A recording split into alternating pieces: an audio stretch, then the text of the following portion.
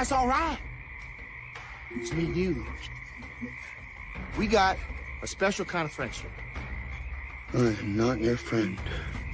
Sure you are. Fishing buddy? Fishing buddy? Yeah. No. We're live. I know you're Hey, not guys. my friend. Happy Saturday. We're here to talk about a really good show up here in the great, Wake North.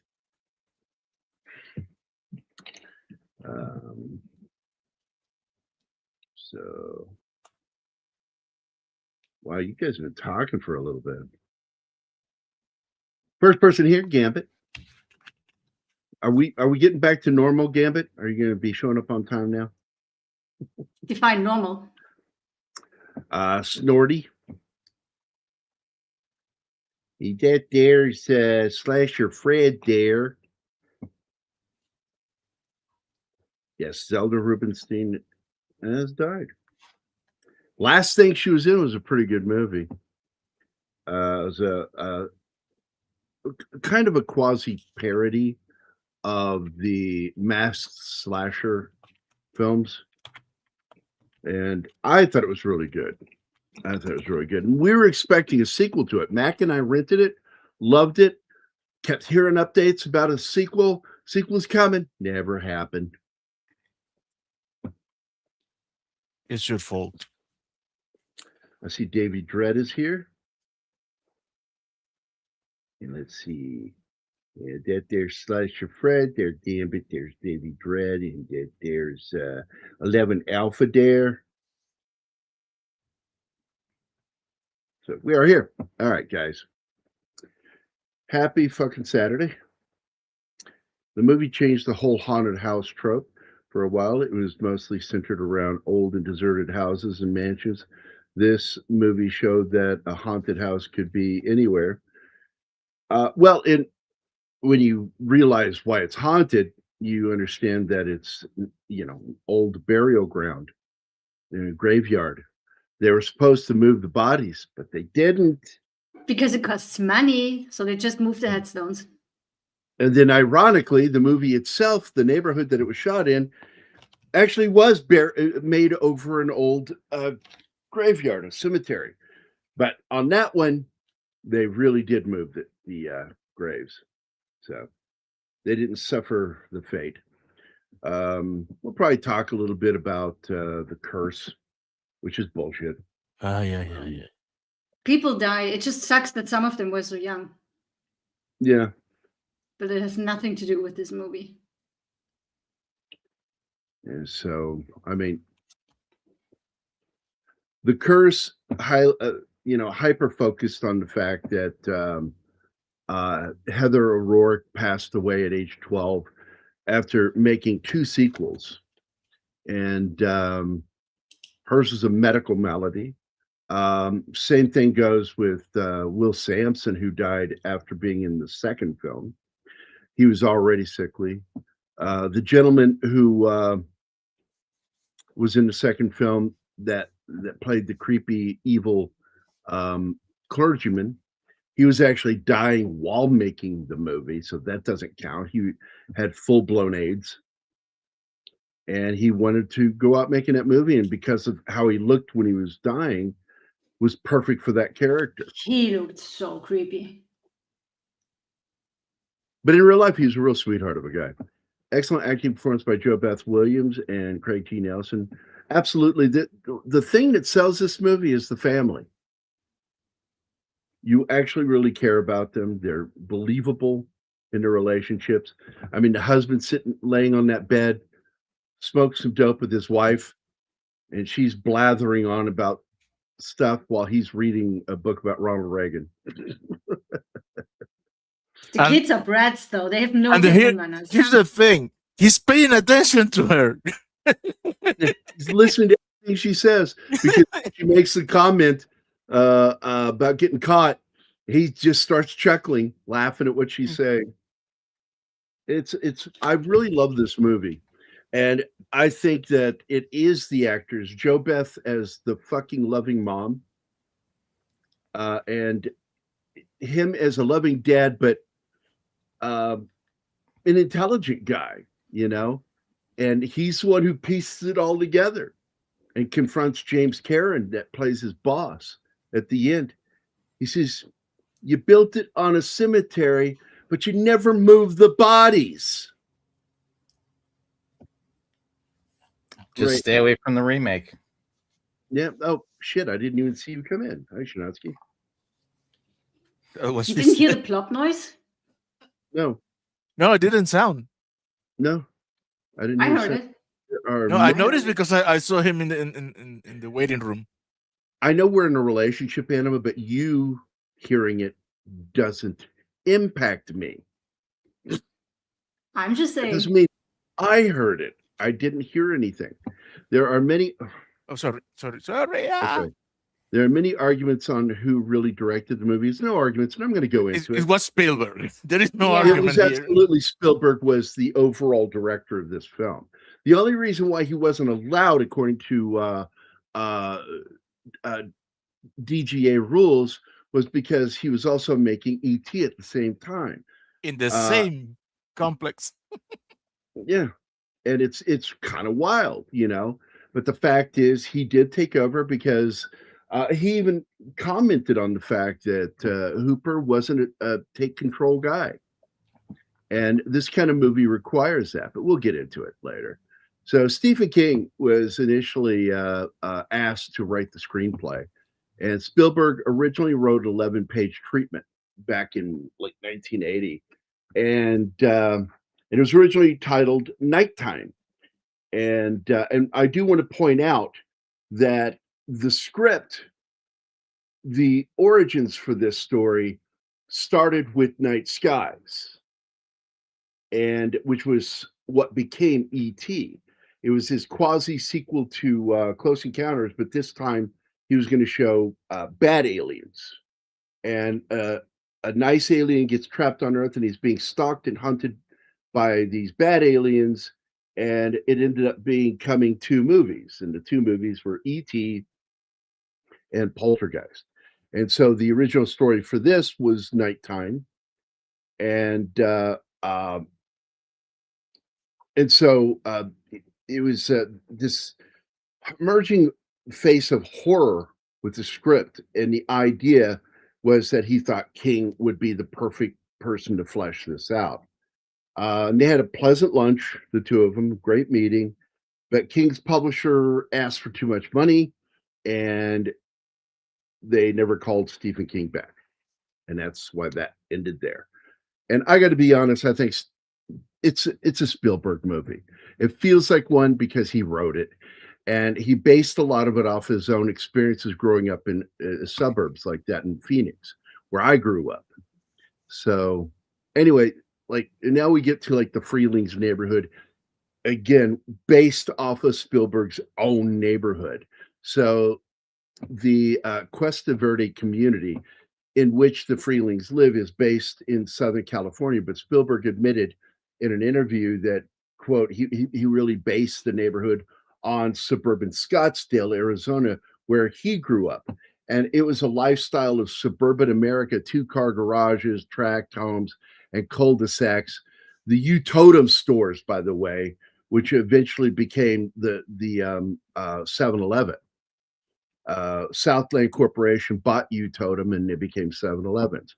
But I grew up on U-Totem stores, and the elementary schools within walking distance. I mean, that's what I grew up with in Phoenix. My entire family did. And I walked pretty much every day to school the whole time I lived in Phoenix. So the Freeling family in Poltergeist is not your atypical family, but they're pretty typical for that kind of family you'd see in suburban Scottsdale. Also, I want to point out that yes, it is clearly similar to the episode of The Twilight Zone, Little Girl Lost, which was about a little girl who goes into another dimension from her or through her bedroom wall. Richard Matheson said that Poltergeist was inspired by the episode that he wrote, but he never received any credit for it, which I've always considered not cool. Spielberg should have given him credit for it. because so many of the plot points are the same. Another kind of cool thing is to find out that Drew Barrymore, who of course was in E.T., was actually auditioned to play Carol Ann. And it was during that audition process that Spielberg stole her for his other movie, and they found somebody else, and they got Carol Ann. O'Rourke. What's her first name? I forgot her name. Heather O'Rourke. Heather O'Rourke to I play think the that's little it, girl in Poltergeist. The actor who played Marty had quit acting to become a teacher, and that's a true story. Martin Casella had quit acting to become a teacher, but auditioned to play the paranormal investigator Marty anyway. Spielberg, who is acquainted with Casella from previous movies, liked to pretend that Casella was a valet and who would always toss him his car keys whenever he saw him. And so when Casella won the part in Poltergeist, he was informed by Spielberg moments after catching his keys. He threw him his keys and told him he got the part. I thought that was kind of cool. And he's the one who gets the melted face, by the way. That scene was amazing. Yeah, I it's love shit pretty like gross. that.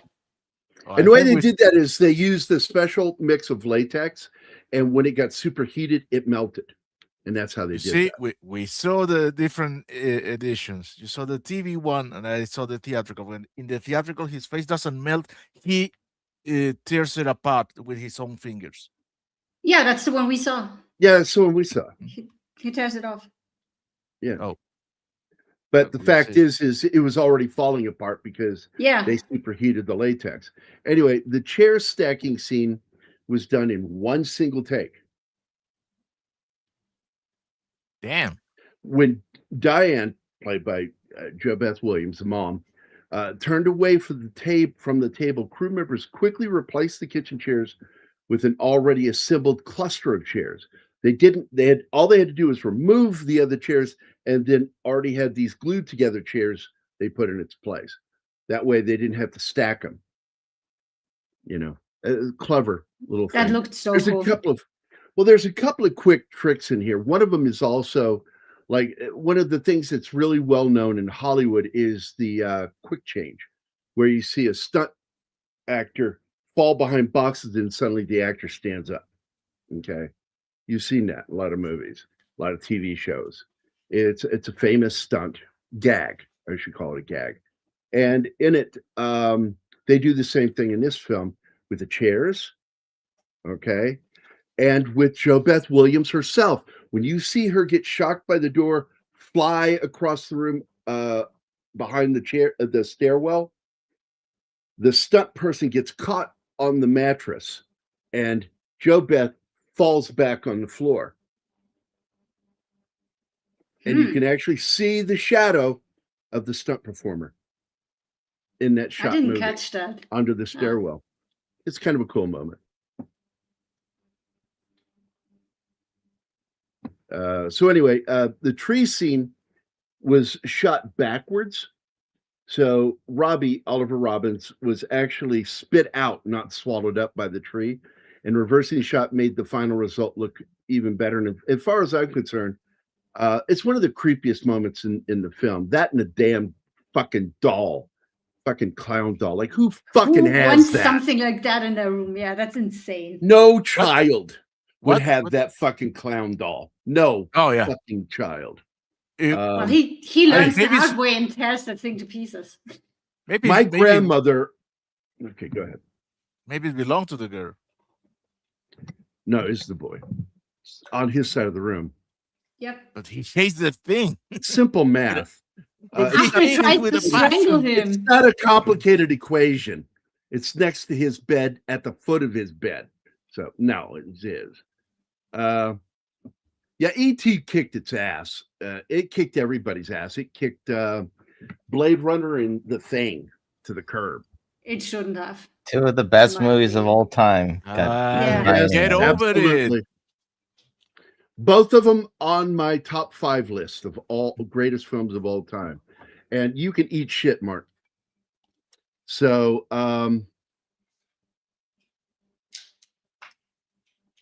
so they shot that scene backwards. Okay, so Basically, a lot of things were done backwards. The wrapping of the arm around the kid's neck, a lot of reverse stuff, but it's all effective. And like that fucking doll, man, I fucking hate that doll. My grandmother, that's what I was getting ready to talk about, was my grandmother on my mother's side. My maternal grandmother was a complete fucking evil bitch. And he found out I didn't like her Harlequin dolls. So she would get more and stack them in my bedroom. And God, she was such a horrible human being. But anyway, yeah, I fucking hated those things.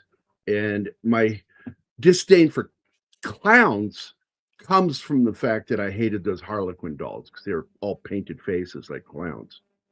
I really fucking hated that. So the whole idea for the tree grabbing scene, by the way, it came from a childhood memory. Michael Grace ended up co-writing the screenplay with Spielberg and Mark Victor. His inspiration for the tree scene came from a memory of being home alone one stormy night, sitting on the stairs on the second floor of his family home when lightning struck the tree in the yard. A big branch crashed through the window right in front of him. And that's what inspired that entire scene. God damn, yeah. Not surprised. Now, I'm not surprised by this fact because it's not that big a scene for her. Zelda Rubinstein was screen tested 4 times before she landed the role of Tangina, the medium.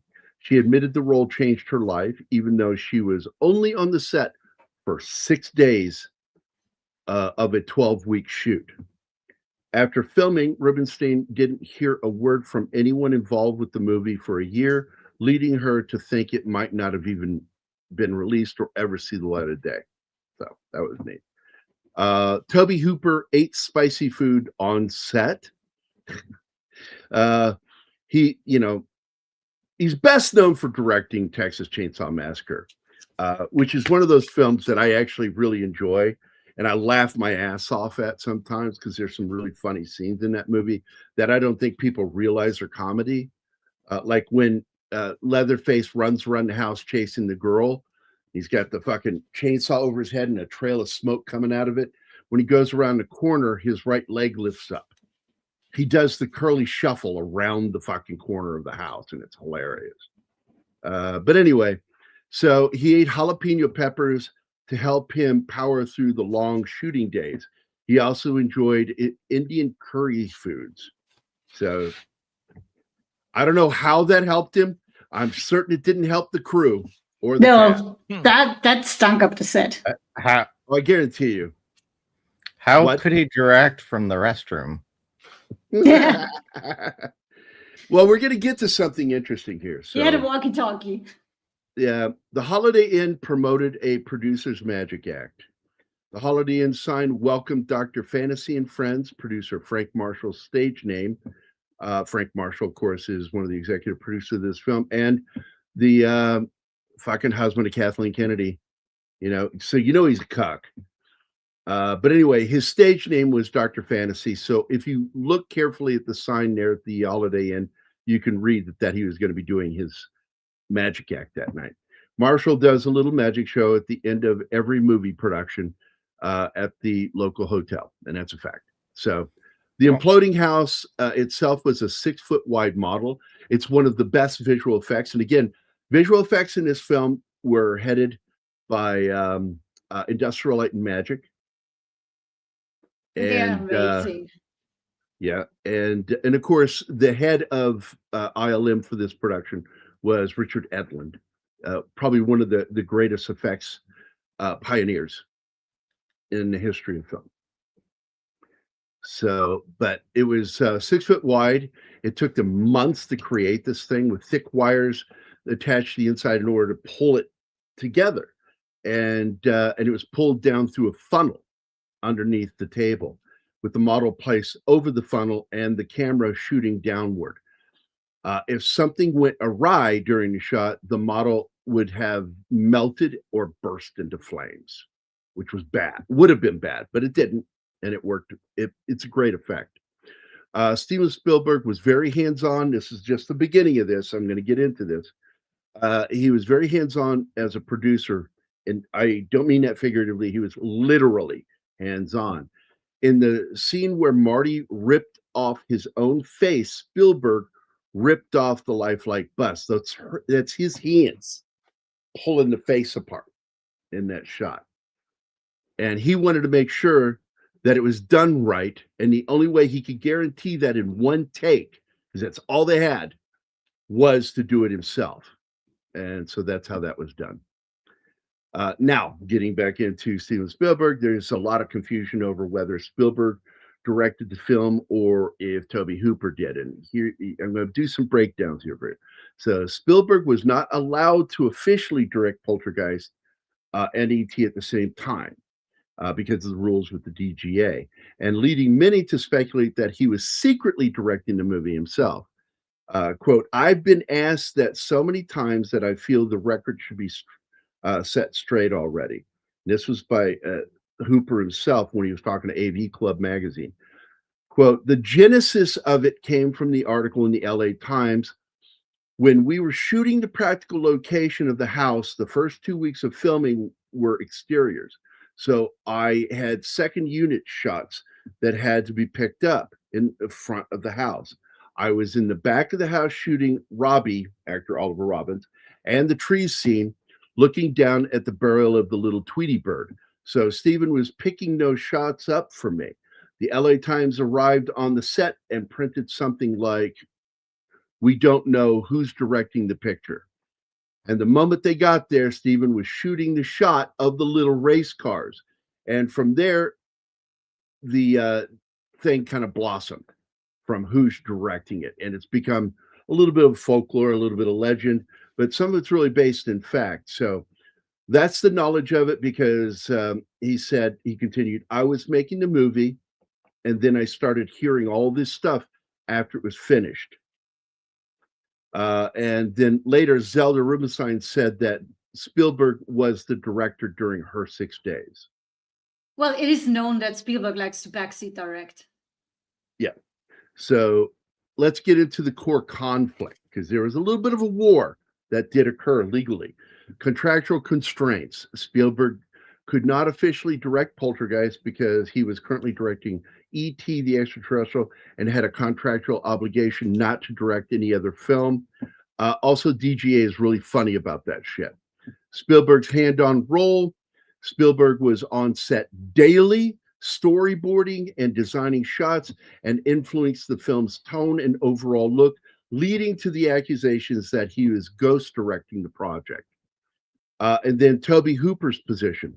Hooper was physically present, setting up shots, but mostly directing the actors. But many crew members described him as having a secondary role, especially during the production progressed later on.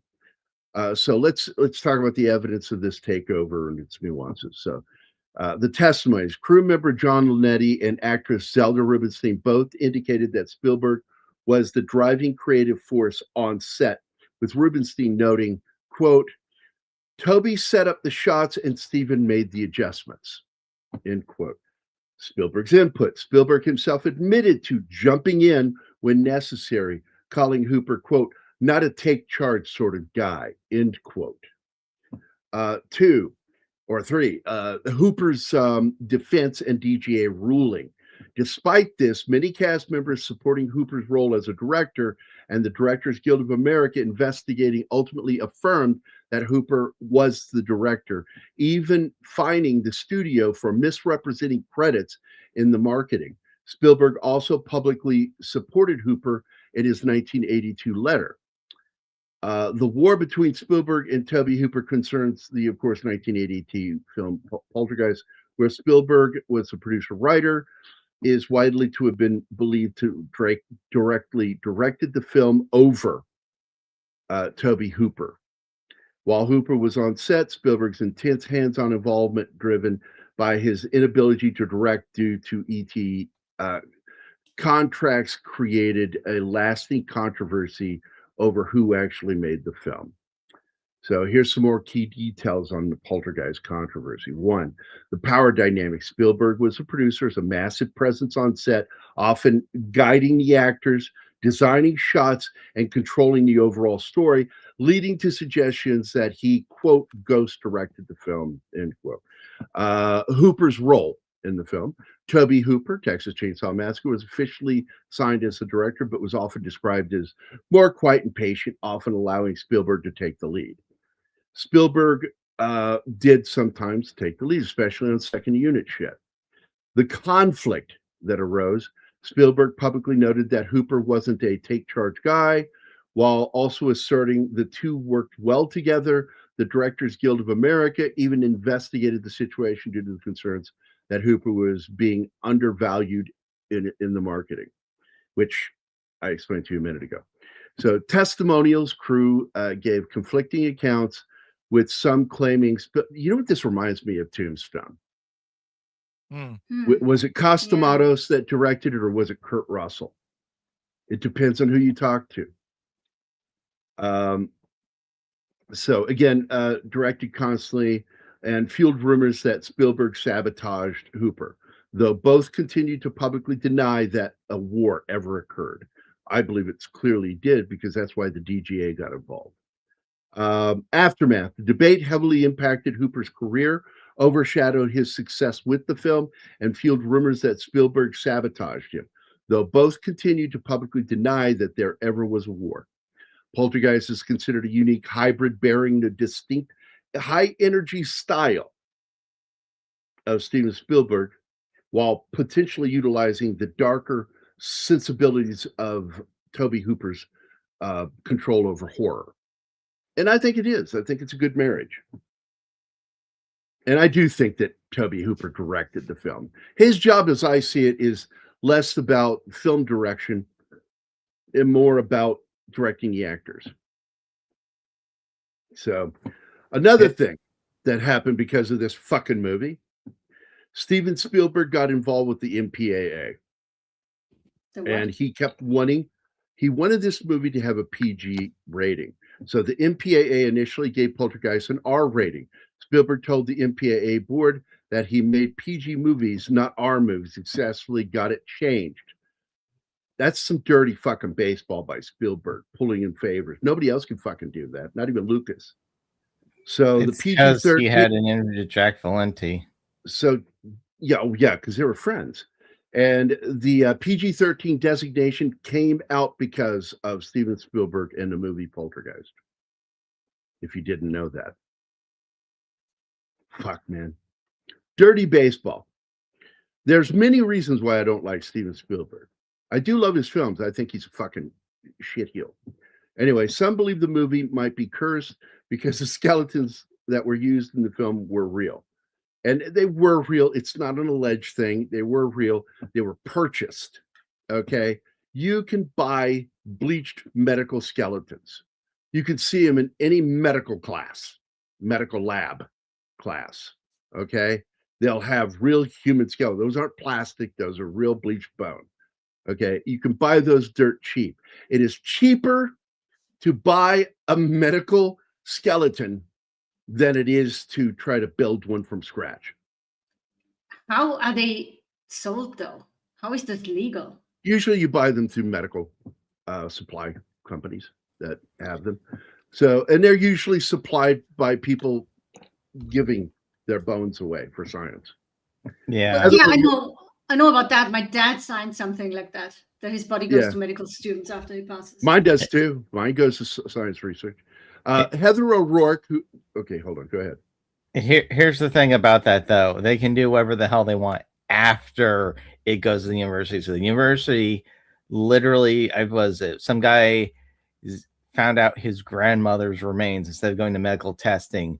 It was supposed to go to medical testing for the specific disease she died of. Yep. And instead, it was used like for bomb testing or something like that. So his mom's. No, I just watched a story on that, Shinatsky, like a week ago. And that's fucked up what happened with her. So Heather O'Rourke, of course, you know her as Carol Ann. short life, but such a little talented little girl. Anyway, she died at age 12 of cardiac arrest from septic shock. No, actually, she had and a bowel issue that she was born with. And Can I the finish doctors reading couldn't explain my it. notes? Can I finish reading my notes, please? Okay. Thank you. She died of cardiac arrest and septic shock stemming from a misdiagnosed intestinal stenosis before Poltergeist 3 was released. Dominic Dunn, Dana, was murdered by her ex-boyfriend. She died exactly 5 months after the movie got released. The movie was released in June of 82. She died in November. He strangled her to death and only did 2.5 years in prison. What? Nobody even knows where he is anymore.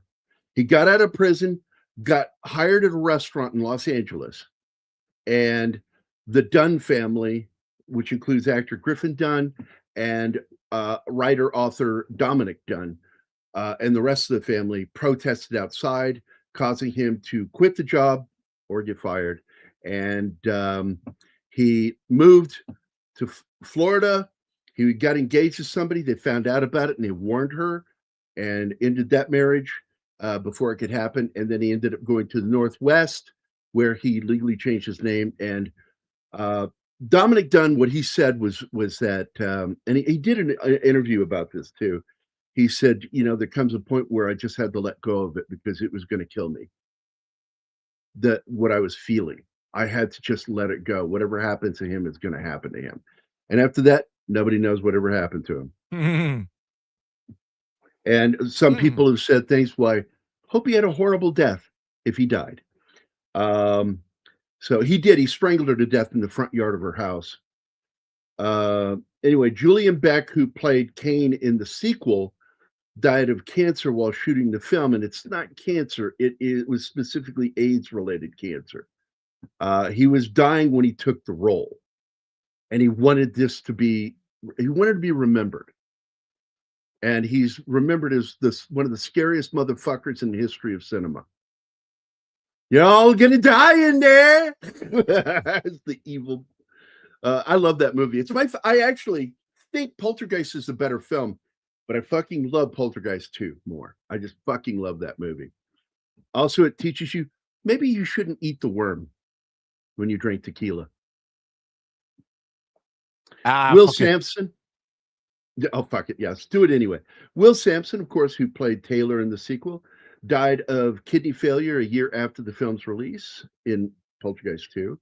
All of these deaths have led to a rumor that the production was haunted, which is horseshit. I fucking hate people who say things are cursed. It's like, shut the fuck up. Ultimately, the film is considered a perfect blending again of Hooper's and Spielberg's, both their special skills. And I got to tell you, Hooper's actually good at comedy too. And I think there's some great comedy in this film. And a lot of that is thanks to the male lead of the film, who we're talking about this week. Right, Martin? What? I'm sorry, I was distracted. Oh, I'm sorry. I forgot you're not on the show right now. Yeah. Yeah. I'm half in the show. You're half in the show, half out. Yeah. I was reading something. What did you ask? I said we're celebrating an actor this week. Oh yeah, Craig Nelson. Yeah. The one and only. Yeah, the one and only. And he is so good in this fucking movie. He sold that final shot of this movie. Yeah. If he had done that wrong, that wouldn't have worked. No. And that is the best scene in the whole movie. Whole fucking movie. Like, no fucking TVs. No hotel room. What's great about it is he pushes out of the room, but then he turns and looks down. Yeah. And looks the other way and then goes back in his room like, okay, done with that now. He's got such great comical timing. He's so funny in the bedroom scene. Yeah, when he's goofing around. Yeah. And then he gets up and he like rolls over and jumps in front of the mirror and sucks in his gut, lets it back out, sucks it in. Fucking hilarious guy. He's just so affable. Great fucking actor. Let's get into the visual effects. So, real simple. Industrial Light and Magic, and of course, overseen by Richard Edlund, created the Oscar-nominated visual effects for this film. Overseen by, again, Richard Edlund. Key work included the spectacular, complex implosion of the fucking house at the end. I mean, that model was a miniature the whole time. A lot of people don't realize when they cut from the real house to the miniature. It was actually very clever what they did, as well as various ghostly apparitions, which were gorgeous. The animated hands, they were hand animated, the movement of the spirits through the house. That was all hand animated. I fucking love what they did there. Very reminiscent to what they do at the end of Raiders of the Lost Ark as well. The same animators. The tree creature was fucking amazing. The lighting effects and often the blending of practical with optical composition. And there is a mixture between practical and composition. So you got shit that's happening on the set mixing in with the shit going on with the visual effects, including one of my favorite moments, and I know Anima loved it, when that giant head came out of the closet of the beast. Yep. That was fucking intense. They used that sequence. They used that sequence when they were nominated the movie for best visual effects. Mm-hmm. I remember. And sadly, it didn't win. It didn't win. Sadly, of there course, is a shot that was not created by Alfred Hitchcock. It's the push-pull effect, what they call the Hitchcock zoom. It was created for the movie Vertigo. And it's where you pull back on the camera, pulling it away while zooming in at the same time, while keeping on focus, because you've got to pay attention to the focus, because it won't work if you don't have the focus working. And so they had this thing that was the autofocus feature that was made for this effect, so that it goes at a very specific speed that matches the movement of the moving backwards. And Spielberg's first use of it was in the film Jaws. That's the moment where the shark attacks the Kittredge boy. Okay, right at that moment, we zoom in on into Brody's face, Brody, and pull back at the same time. And it is what an effective moment. But I think it's done better in this film because it makes the hallway look like it's a mile long. And what makes it even better is that as she's running, it seems like it's taking her forever. And finally, as the camera goes back to normal, she's hauling ass all of a sudden. And I fucking love that shot in this movie. I really do. JoBeth killed this role as the mom. And of course, it did a thing that would be replicated later by Sam Raimi with Bruce Campbell in Evil Dead 2. The graying of the hair from seeing something horrifying, which also, by the way, used a beast type creature in that movie in Evil Dead 2. Giant fucking head, just like from Poltergeist. Yeah, autofocus. He was this weird German Japanese guy. Oh, focus. And dolly zoom. Dolly zoom is oddly not big breasted. It all depends if you have to zoom in correctly. Incorrectly. No, it's important to always assume incorrectly. Dolly Parton, that was her superpower. She got a little bit of breast material from every dolly in the world. Well, the shocking thing is, you know why all of her children are so short. Because nothing grows in the shade. You're welcome. Fuck you guys. Yeah. Awards and nominations. Let's get into this. And that was, by the way, the Spielberg thing, because that was an effect done by Spielberg himself. He oversaw that shot. Richard Edlund, of course, was nominated for an Oscar. Didn't win, sadly. Richard L. Anderson was nominated for Best Sound Effects. And there were multiple people that worked on this film for sound effects, including Howard Neuwirth, who worked on music for the most part, because he's famous for working with John Carpenter on the theme for Escape from New York and Escape from LA.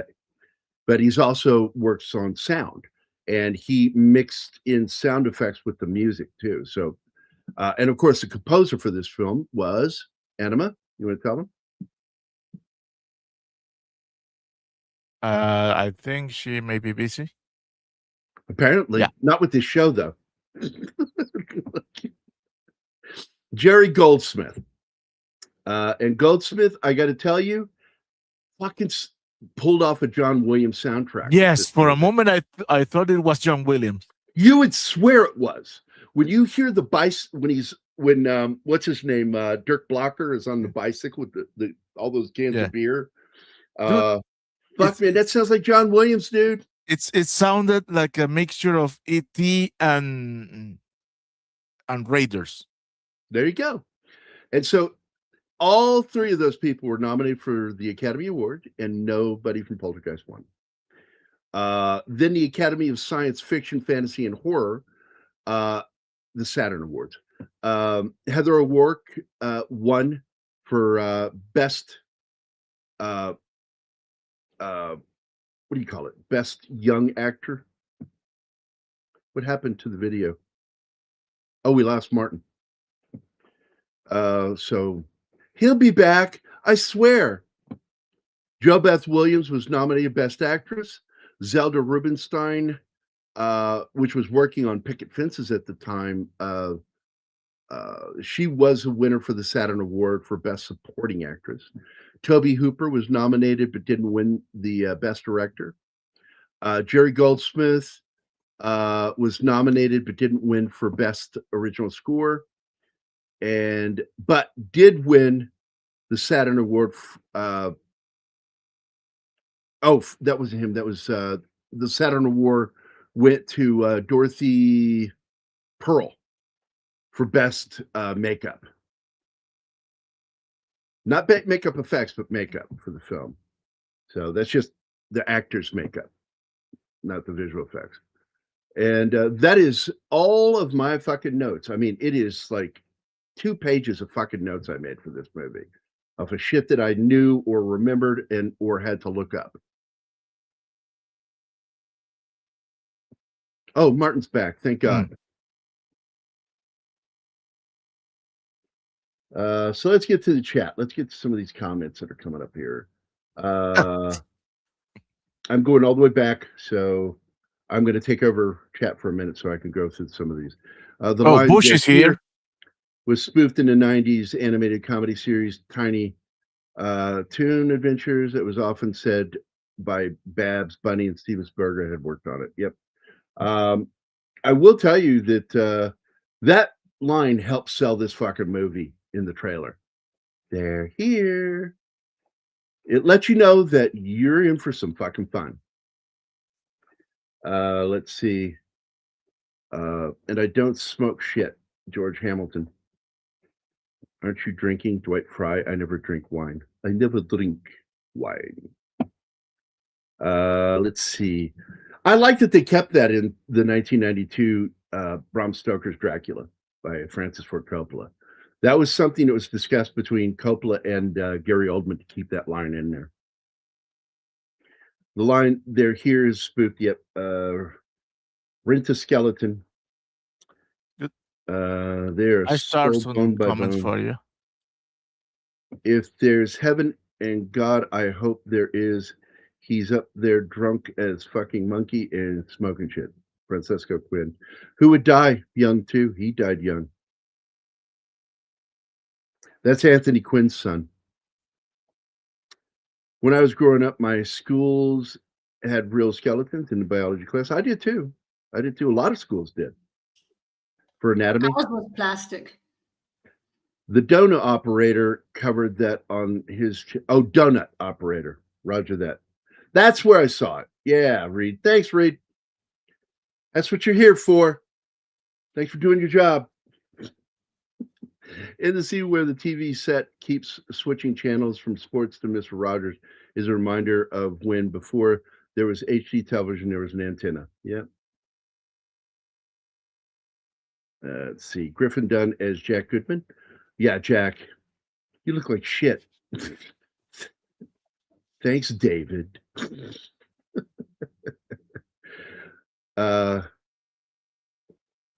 American Werewolf in London. Yeah. Let's see. I've done that twice at least. And by the way, American Werewolf in London almost was an American Werewolf in Paris, which is ironic because when they did the quasi sequel 20 years later, it was called An American Werewolf in Paris, and it was terrible. But it had Ginny Gutter in it, so I watched it.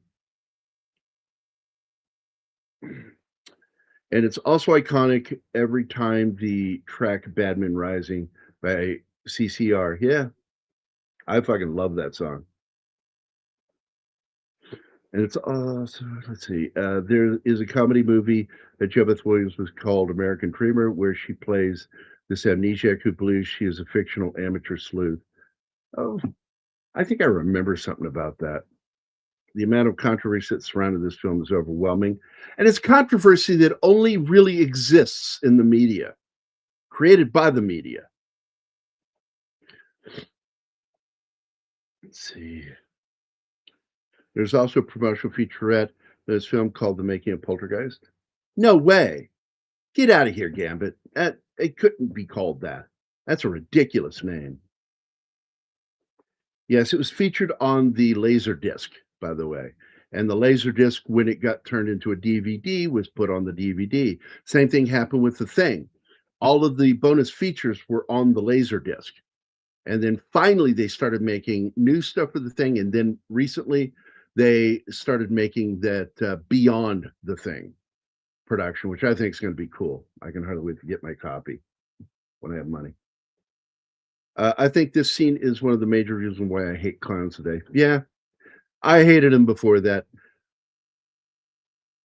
Yes. And it's also a creature that, no, incorrect.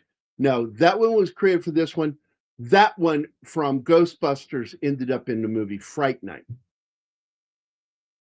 Because Ghostbusters was well after this in a different special effects company.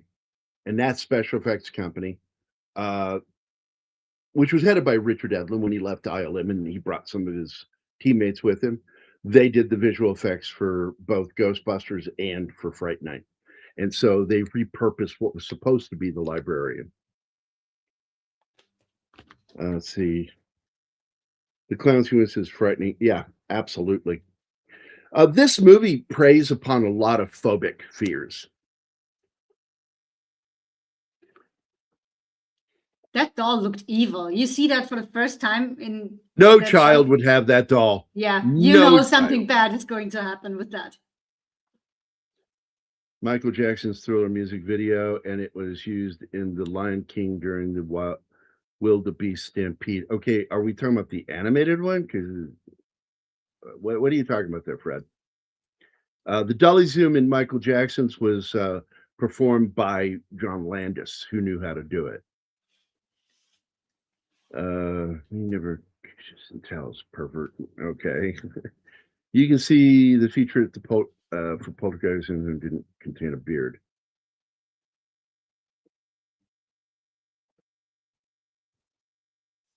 Hey, Ariel. Was gonna say she wasn't breastfeeding them. Oh, for the Dolly Parton joke. The Spielberg did contain it for Raiders of the Lost Ark when he shot it. That was in reference to. It was a pretty good year for movies. It's actually, for a single year, the best year of the 80s. The second best year is 1984. Except when it comes 87. to fashion. The fashion was ridiculous back then. And it goes in that order because there were more great films in 82 than in 84 and 87. But 84 had more great films than 87. But those 3 years, top of the line. It's just so awful to know that that girl right there got strangled to death by her boyfriend. The sequel is inspired by, this film was inspired by the Twilight Zone episode Slasher Fred. I mentioned that earlier. I don't know if you were here when I said it. Richard Matheson, who wrote the Twilight Zone episode, Little Girl Lost, which was about a little girl who goes into another dimension through her bedroom wall. Matheson said Poltergeist was inspired by the episode, but that he never received any credit for it, which I think is wrong. So I said that earlier, and I'm repeating myself.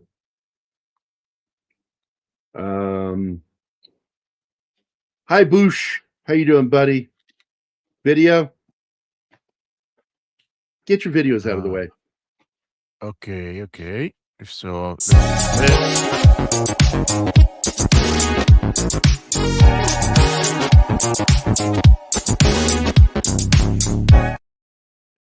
and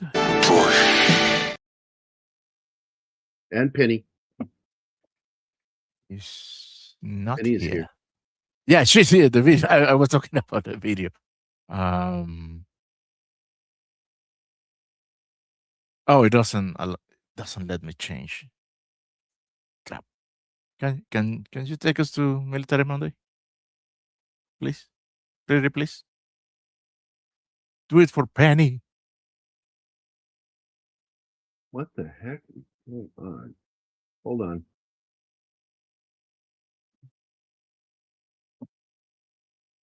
Doesn't allow you either? Yeah, it says we're in there right now. Fascinating. We're not. Okay, I went to main show. And now it let me go to Military Monday. We're animalists. Where did she go? Where did she come from? Where did she go? Fell out. Yeah. There Penny, you go. here you go. Penny. Sheldon. Penny. Sheldon. Penny. Sheldon. Penny.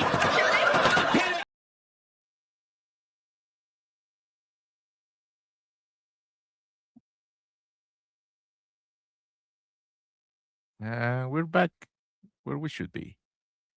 Yeah, I put it. Except we are lacking anima. I don't know when she left.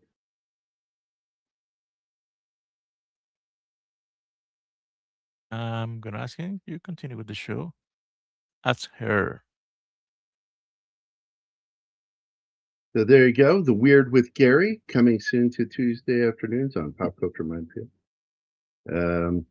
I'm trying to get Dawn to join us as a guest for the first pilot episode. And then I'm also going to be having my buddy Mark D'Antonio join us for an episode to talk about specifically, the shit that he does, the research. Talk about ufology. Okay. She's giving us an update. I want you to read her in your full anima voice.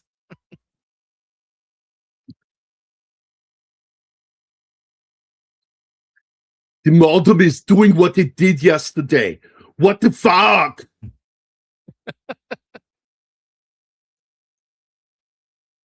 I'm waiting for her response. It should be a fuck off. Cam. Hello, Cam. Hey, it's Billy D. Williams Jr. Oh. This is the other guy I have pointed out that was famous in the 80s for being in the Jerry Curl ads. He had a black mullet. What? Is that even possible? Yeah. Long in the back. Nothing over the ears.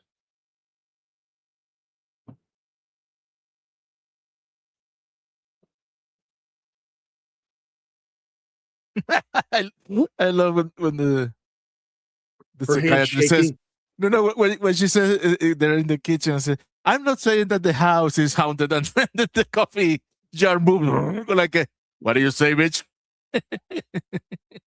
And the two other guys are looking for strings and shit. Magnets. Eclay is here too. Genghis Khan is here. What's up, Genghis? Yeah, Genghis, just so you know, I am going to be launching my own show about all the weird shit in the world that I'm going to be talking about called The Weird with Gary. Oh my God, Soul Glow. I was forgotten about that. Ah, remember I that think scene that with the the only whole smell that family ever used. bothered me in school was the smell of sulfa 8. It Yeah. always bugged me as a kid.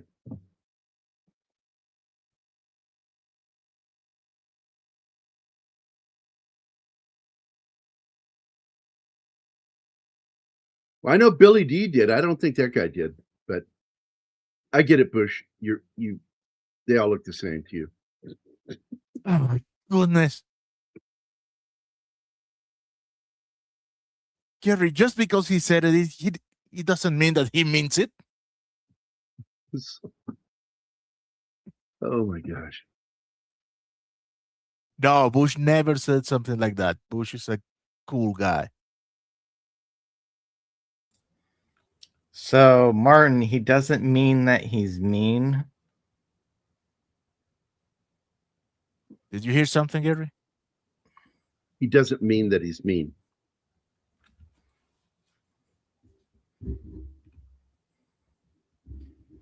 Now, with E.T., a funny thing is the little song by Neil Diamond called Turn on Your Heart Light. People mistake thinking that movie or that song was from the movie E.T. And I'm like, no, but it was inspired by it because he went to see the movie and he loved it so much. Neil Diamond loved it so much, he wrote that song inspired by E.T. Come on, Bush. I'm trying to help you here. Yeah, he doesn't need your help. I never got Neil Diamond. I'm just like, this guy is just lounge guy. I don't understand He why wrote he's so he big. wrote some good songs. He wrote some good songs, but he wrote them for other people. Okay, that makes And more sense. it's because when he first started, he started out as a songwriter for other people. In the trailer, there are 2 lines that are never said, which would have been great. The thing is in there with my baby, and there are hundreds.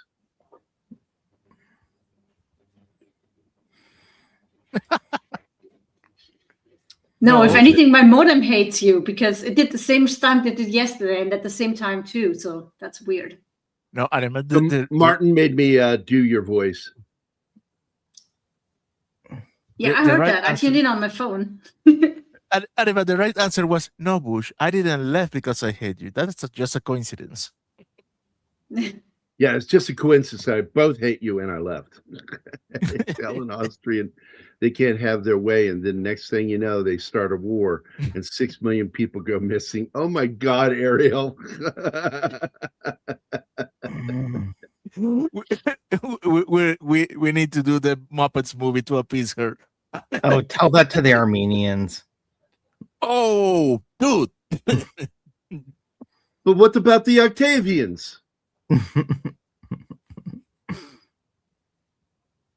Yeah.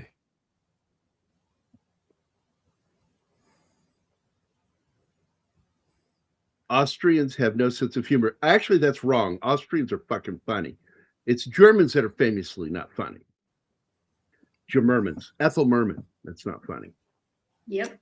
Though one of my favorite jokes is when Germans are emphasizing how funny they are. It's things said in the most serious and sinister way. It ends up becoming funny. We are a very funny people. Okay, psycho. Well, I told you what happened when Robin Williams was on that German talk show. And they said, why do you think there's so few funny people, comedians in Germany? And he said, well, have you ever considered the fact you might have killed them all? They go to Was that commercial when- and he's not there. Yeah, And he's not they there removed when him they in the come back. commercial break. So fucked up. Yeah, no. look. Any the people forget, the disabled were the first, and then they moved down the list. Yeah, because a lot of people don't know that any of the affirmed disabled, the mentally handicapped, done away with.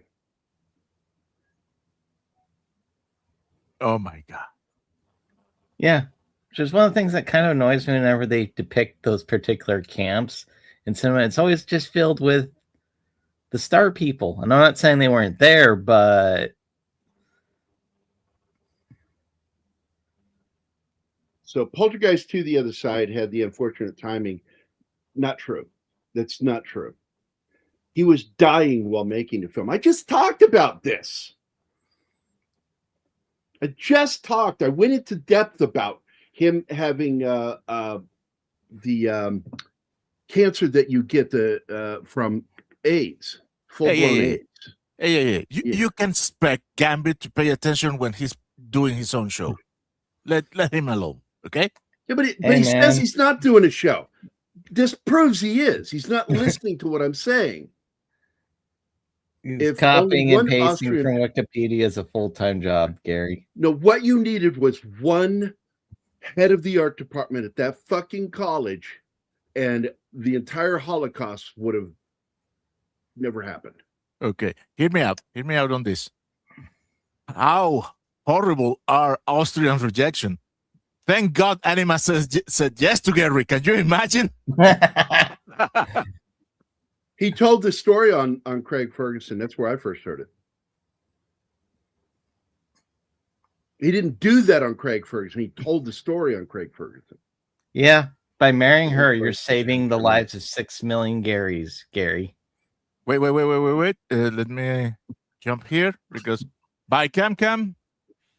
Be good. All right, bye. Take care, Cam. Hey, But no, on Cam, a ser- as a Cam, would you refer to the classic push, pull, or dolly zoom as your favorite to be used on you as a Cam? Lee Evans did an interview on a German show, and when asked about Germans don't get comedy, he pretended to fidget with his mic and cut in and out of speaking. The host didn't get it. I like Lee Evans. He's a funny dude. Yeah. You want to talk about somebody who clearly looks like they did cocaine, even though they weren't. Lee Evans, when he's doing a stand-up routine. He is so all over that stage and sweating profusely. he didn't do cocaine. He was cocaine. He was cocaine. Boris Becker was hilarious when playing tennis. Oh my God, 11. Yeah, you better be sorry, Gambit. Lee Evans did an interview. Look, the comment from 11 Alpha. What? Yes. Have you seen? Yeah, I've posted that. I posted that meme myself.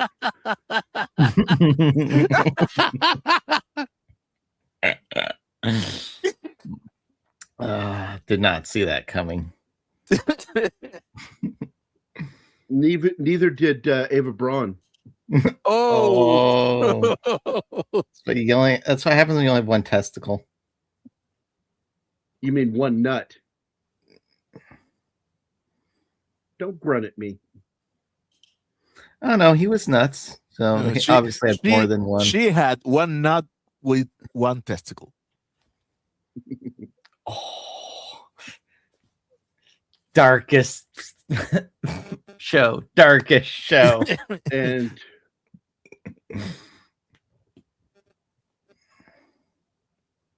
I like how the kids gave them the idea of getting the little girl.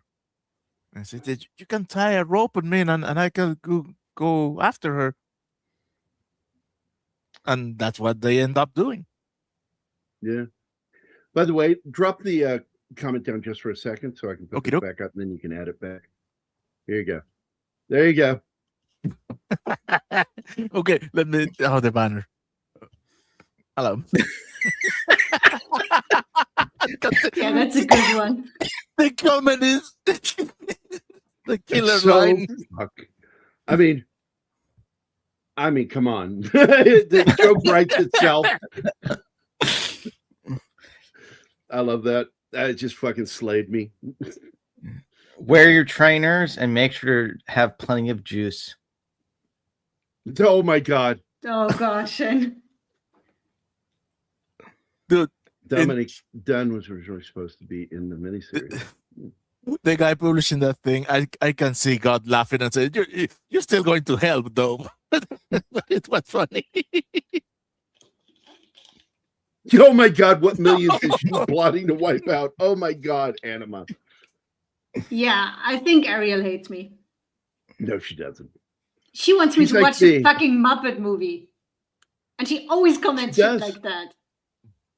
I'm She being does rude that. here. She's like me. I go after people Yeah. that I like. Yeah, if she's not messing with you, she's not talking to you at all.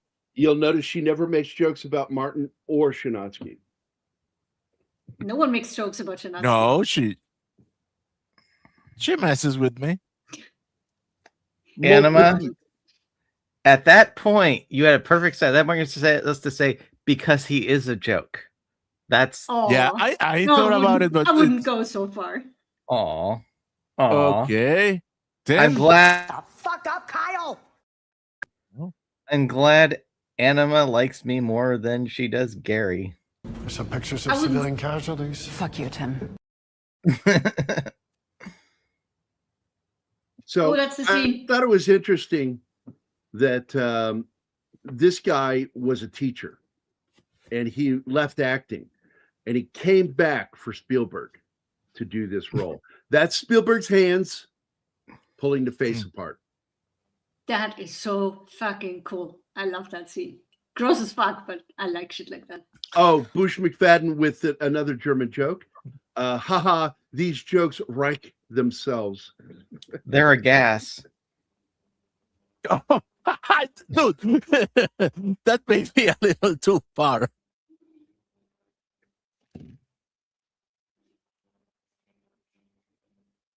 Allegedly.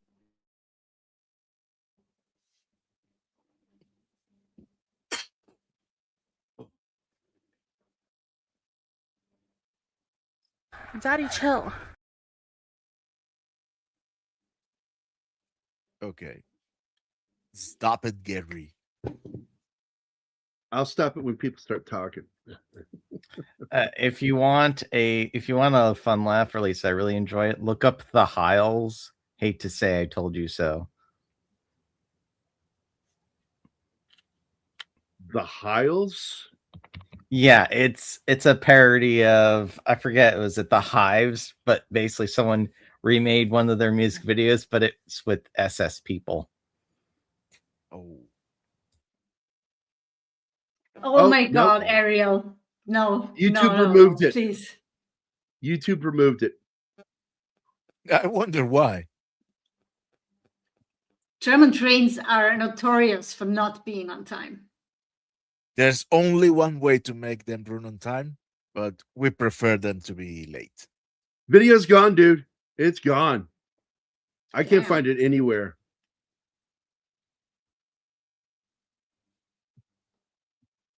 Well, Because I went to That's click for there and it's gone. Let me see if I see there might be a potential other version. It's been removed too.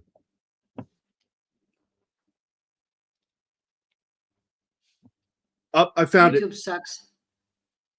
I can't play this stuff for you guys. no. We would get ganked in a second. You can give them a link. Copy video URL. And here you guys go in the private chat.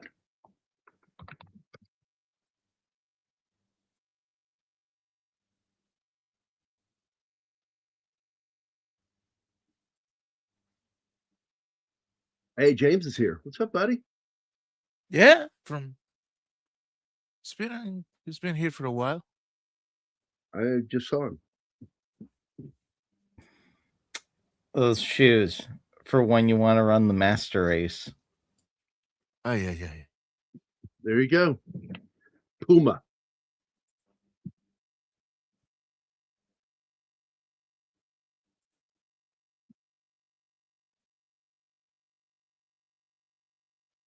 Yeah, the dog eats the waffles.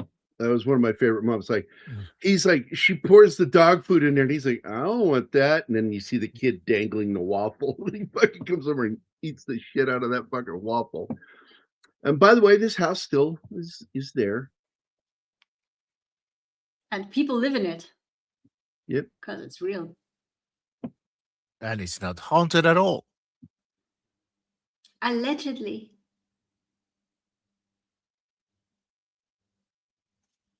And by the way, I forgot to mention Donald Pleasance's daughter died yesterday. Angela Pleasance. 86, I think, no? Something like that, yeah. She was born in 41, 60, 70, 80, 85, 85. She died age 85. I remember her most as the ghost of Christmas Past in George C. Scott's Christmas Carol. Ickley, I am not putting that comment on. Bad, Ickley. Bad. Okay, pause here and bring up the stage. There you go. Oh my god. That's how the house looks today. It's gorgeous. Yeah. It is. Although the wall on the right side, why does it only have one window? That's the garage. But on top of the garage, the attic only gets that tiny little window thingy. That's not an attic.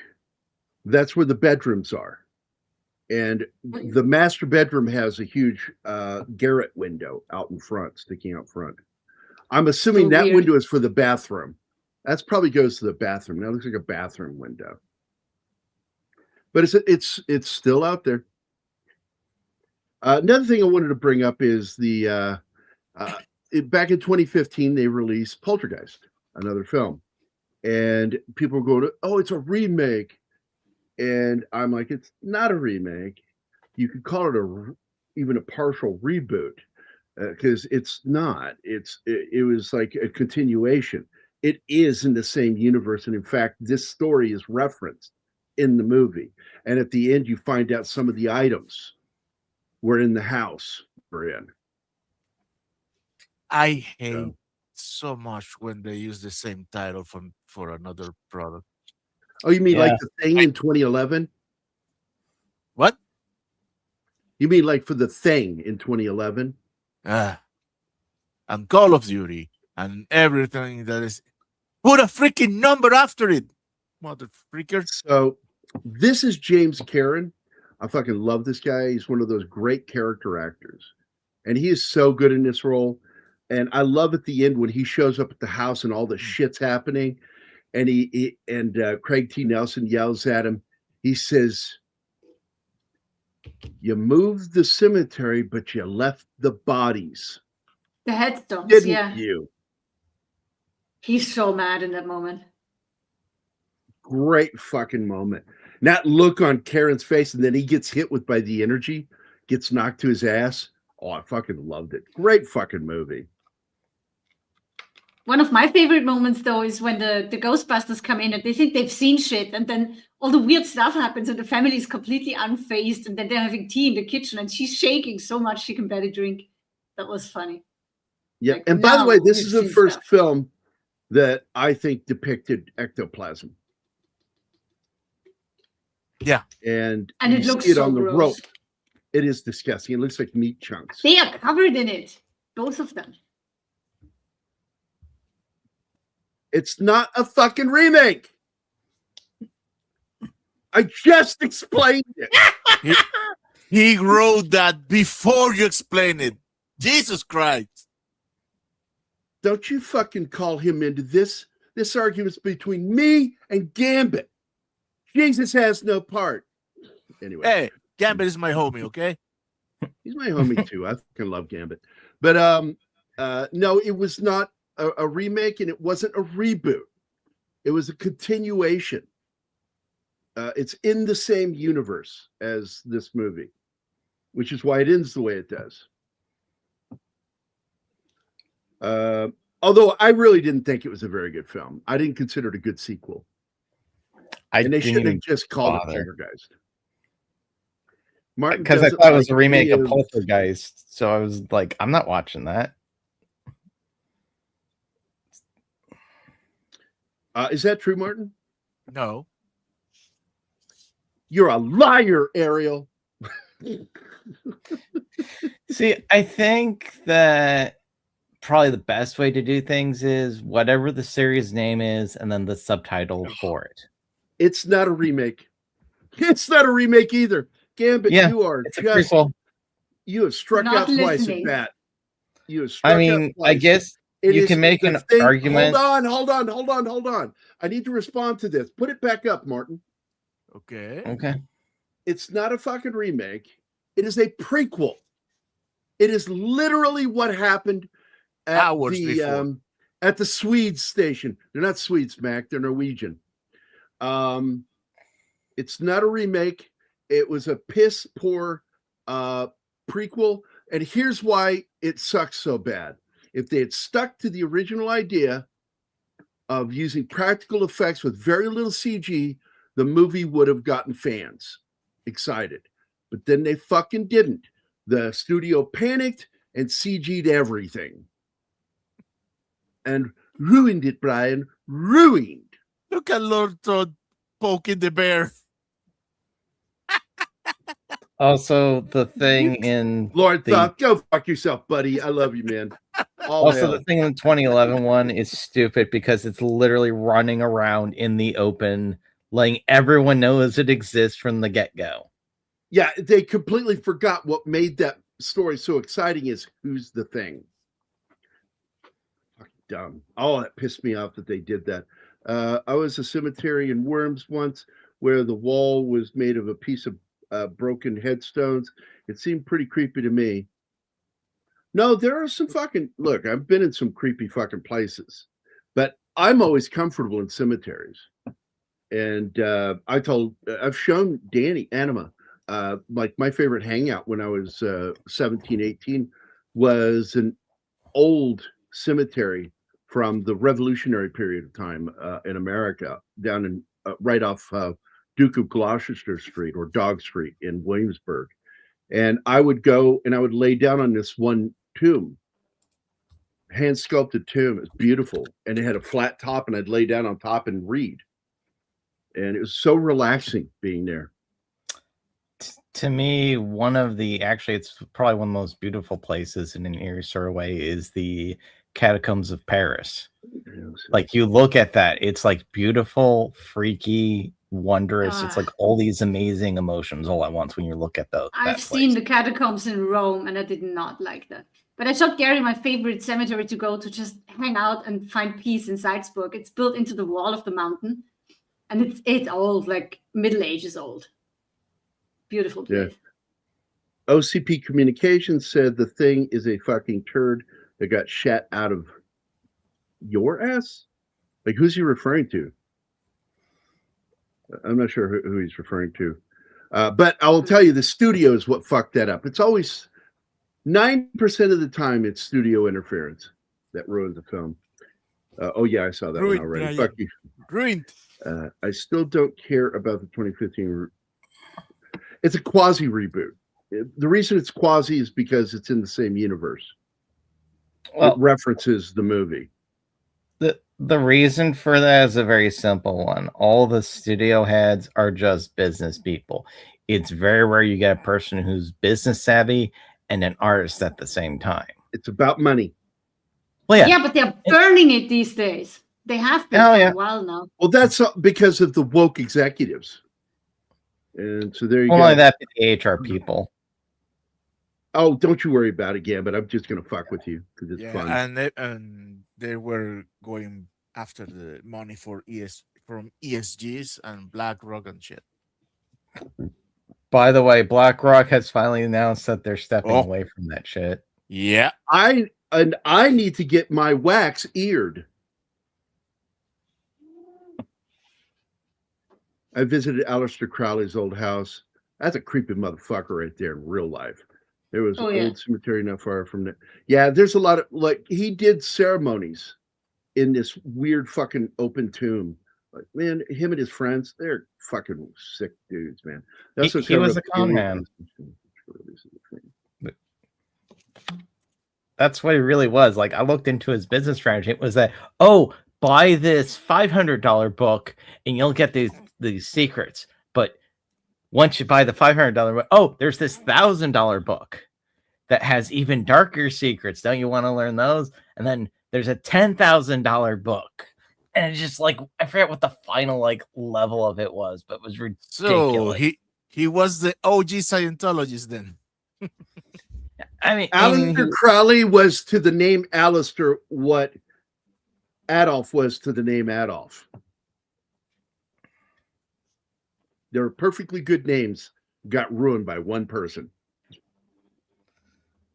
I think Crowley has worse connotations than Alistair. Well, I don't like Crowley either. Gurry hanged out in the cemetery because he couldn't have any friends and only could talk to people that are already dated. Yes, that's right, Ariel. I gave you a Southern accent. Oh man, we have to go to the other studio for the fucking videos. God damn it. Well, I just go to the cemetery to They need to do away people with this. killed. They need to do away with this and give us one fucking library of videos.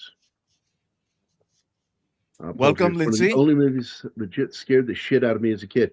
I wasn't even a kid when this came out. I was 18. I just became legally adult in Virginia. Could buy beer in Virginia. And it still fucking freaked me out. You're a cinematic pussy. Well, it's that fucking doll, goddammit. No child, no boy would have that fucking clown doll. Bullshit. The ossuary at Domont is pretty impactful. That's the one, Alpha. That's the one. That's it. The ossuary at Domont. That's the place where they did some shit, as I recall. Aleister Crowley. Isn't that it? No, I'm thinking of something else. What is the name of that place? Let me look it up. I know what you're talking about, Alpha. What would you call mausoleum? Ossuary. Or repository of bones is what that means.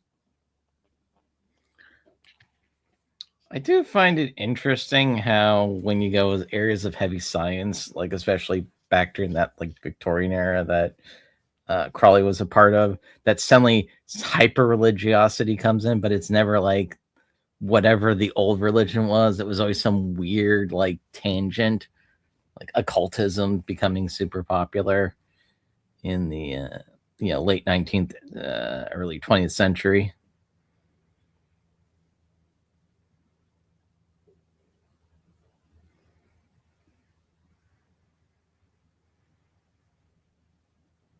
Okay. Since we're talking about ossuaries, it's a tradition, or was a tradition in Austria to have these bone houses on cemeteries. They're called Karzer here. And they collect bones and they collect the skulls separately and they paint the skulls, and it's so beautiful. It just looks gorgeous. So it's both haunting and beautiful at the same time. Oh, and also like one really famous haunted house is Borley Rectory. If you ever want a really interesting person's biography, just look up Harry Price, because he was a showsman, kind of a shyster, but he was also like a paranormal debunker. And his biography was Confessions of a Ghost Hunter, which I always thought that's a good title. Oh, so the director of the Thing prequel was Dutch. Does that mean that he shared with somebody else? Because he went Dutch? Does that mean Austin Powers' father really hates him? Well, apparently, at least he had a shorn scrotum. Mike said in the review rhetorically, it's in the fucking movie. Rhetorically, The Thing 2011, because he felt like the turd was stuck up his butt while watching the piece of shit reboot. Yeah. What's with you and poop? Once again, I want to tell you again, but what screwed that movie up was interference from the studio.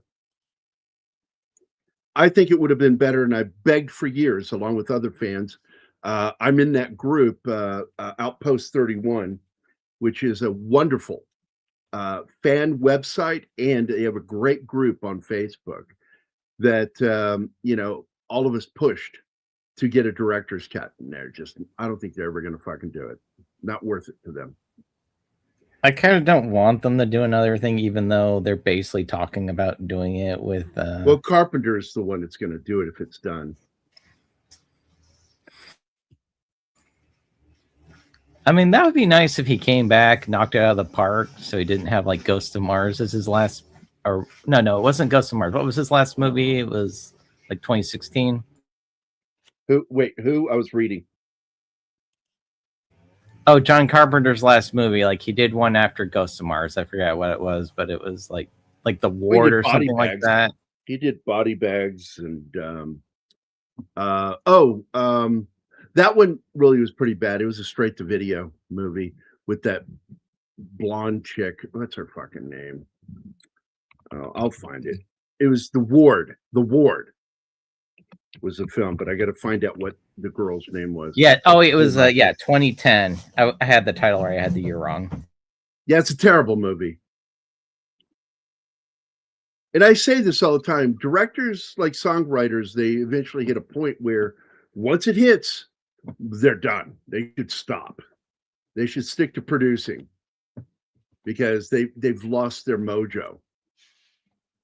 And yet, my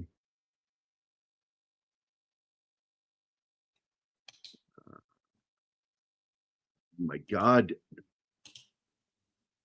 fucking IMDb. They didn't even have the option to select director for John Carpenter. God, they're such assholes. Let's see. The Ward, 2010. And what is that? Cuthbert or something? What is her name? Oh, Amber Turd was in it. She's the main character. That's why it sucked. Even Jared Harris couldn't save that fucking movie from her.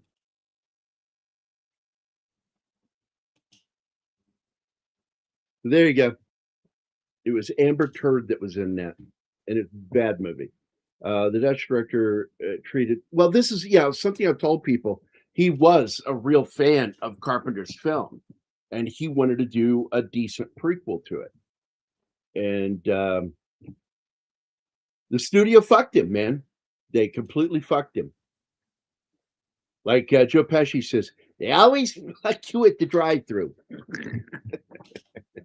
They always fuck you at the drive-thru because they know you're going to be miles away before you see what they did. One of the classic kind of movies that I think is great is the original The Haunting. What makes the movie is so scary is how you never see the ghosts. The original film, you're not even sure if the ghosts are real because you're never totally sure if they were real in the book or in her head. And then she's the only one that dies. The female protagonist. She ends up dying right at the gate of the house. She crashes. And I love the original film. It's creepy.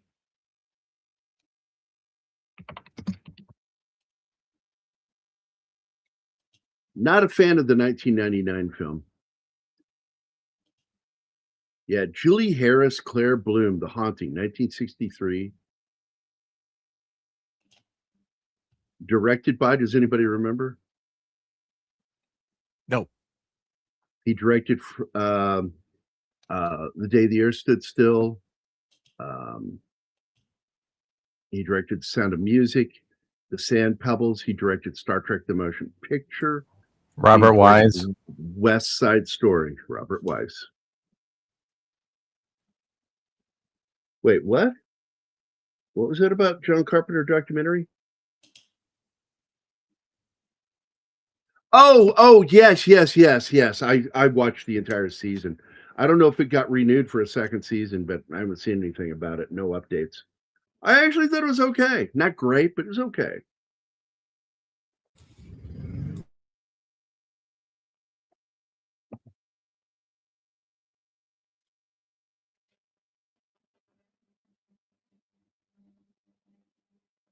Yep.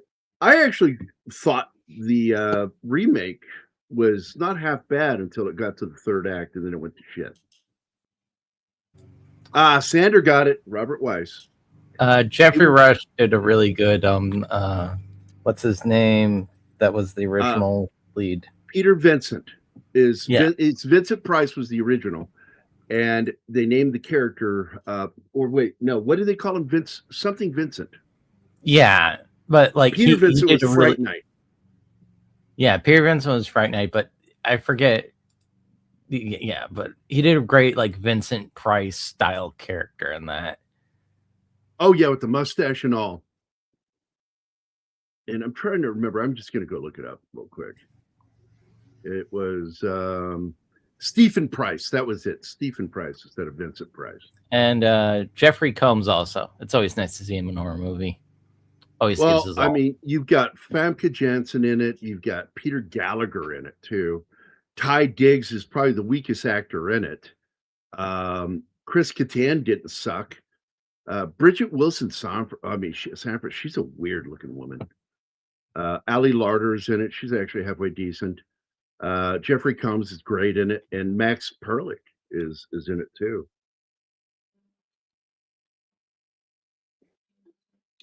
Past that, I don't remember. Oh, Lisa Loeb is in it, the singer. Because Lisa Loeb plays the TV reporter journalist that does the reporting at the beginning. Yeah. James Masters was in it. He was like the cameraman at the amusement park at the beginning.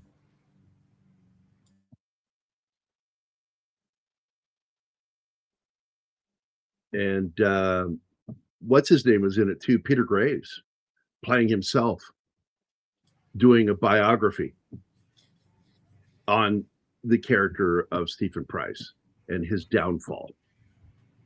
Yeah. I kind of like the idea, especially with the original, where it's actually like an Agatha Christie style plot instead of a haunted house movie. Yep, absolutely. That's one of the films I brought up a minute ago as a reference to who I'm talking about.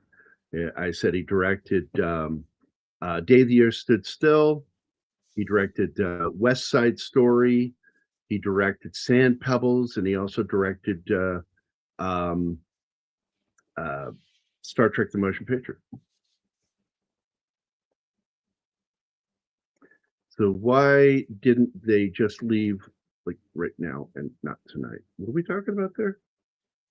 Oh, they couldn't leave. Her daughter was still trapped, but they believe this place is clean because the little dwarf lady said this house is clean. It's clean. It is not clean. Well, the house may be clean because the port, but the cemetery isn't.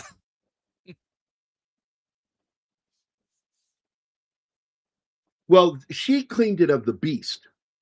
Yeah, that's what she cleaned it of. Yeah, the other the thing angry spirits were still there. Yeah, they should have asked. Voyage. Love that movie. Yep. They should have asked her, is it safe? Yeah, right. Well, I think they would have if they had gotten their daughter earlier. But the fact is I don't think they're going to be long for this fucking house, no matter what. Well, they're moving. That's their last night in that house. Yep, last night in the house, they were not staying there. But they thought the place was clean because the psychic told them it was. And they did save her daughter, so they trusted her. Never trust the dwarf. Oh my God. They prefer little people. It's about.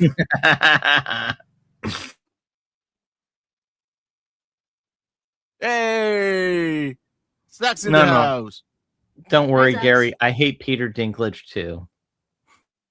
First of all, his fucking name. Come on. That's not his fault, though. What he said is his fault. Okay. That he didn't use his stage name is. Here we go for sex. Mom. He was running from something, sir. And then he crashed into a DUI checkpoint, committed 10 felonies, and not to mention FUing a room full of cops. You FU me all the time. Fuck you, Kyle!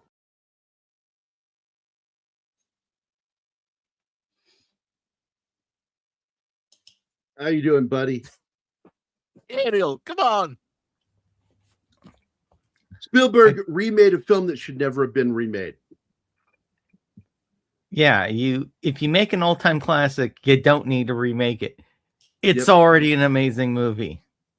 It's like, why don't you just remake Star Trek the Motion Picture? Give them time. Oh, it was in their technically, plans. Star It Trek was in their 09. plan. Hey, Six! Hello. And just like that, Six slides in. It's Star Trek. That's her. It's like the bat signal for Six.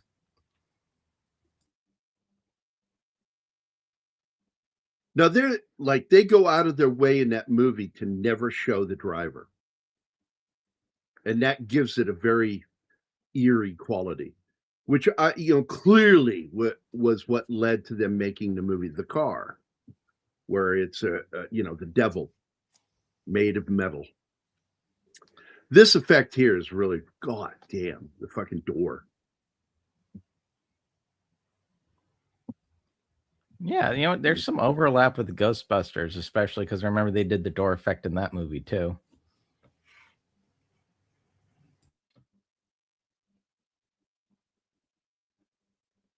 Yeah, the funniest scene in that movie is when the guy goes into a mostly either Italian or Hispanic neighborhood and yells out Maria, like one of the single most common fucking names.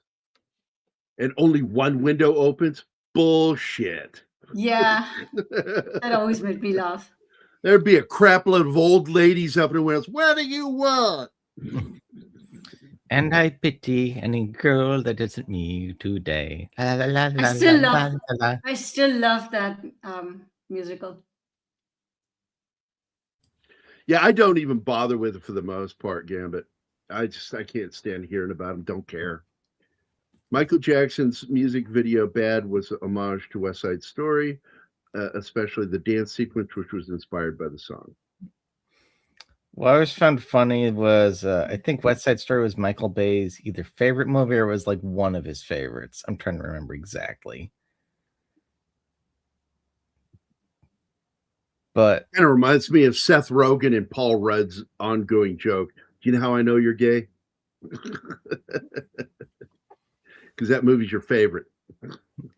yeah, no, but it's like, it's weird if you think about it. It actually explains a lot about the Bayisms, because he's basically trying to recapture a lot of the kinetic movements that and the transition cuts and everything that are in West Side Story.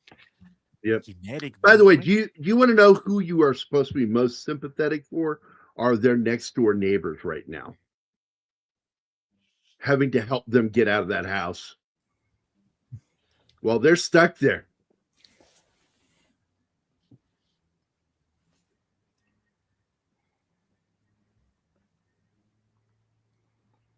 I think it's pretty obvious by the costume and the fact that it's the same song, just with different words.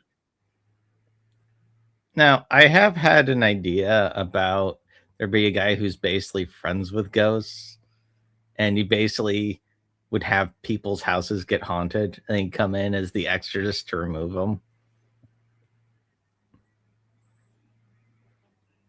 I'm shaking my head at Bush right now. Oh yeah. No, you don't understand. He actually made me fucking laugh. Like, I actually The meme? horse laughed. Oh yeah, With that's the literally fucking meme. Michael Jackson, George Michael meme. Yeah. It has to be in a bathroom, though. Bathroom. There is no bathroom.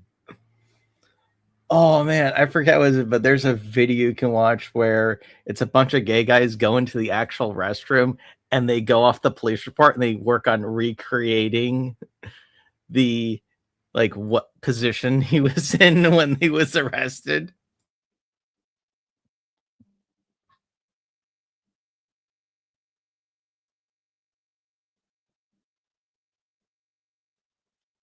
Kiroki. What do we have here? Here we go. I was going to put this up, so as soon as you are done with that. So how big was the cemetery? How many houses would have been affected? I don't remember the whole neighborhood running away at the end. No, it's probably just that central area where the first houses went up. Yeah, where phase one was built. Yeah, phase one Yeah. was. So here you go. Hey. That's what Bush sent me this morning, and I fucking laughed. I snorted because I wasn't expecting that. The last two words beat it. Like, what? Oh yeah, if you want another laugh with Michael Jackson, look up his comments when he was asked about Madonna because he went out with her a couple times, and he literally went, "She's a meanie." Like some kids came up with him, it's like, "Oh my god, Michael Jackson, Madonna," and he was like, "Louis London's like, never do that again." Okay, Ariel, not at the beginning. The girl was the focus of attention of all the spirits. But afterwards, you can see when they are running out of the house and everything is going into chaos. In all the houses, there are coffins getting up from the ground. Yep. So it started with them, but it's surely spread out.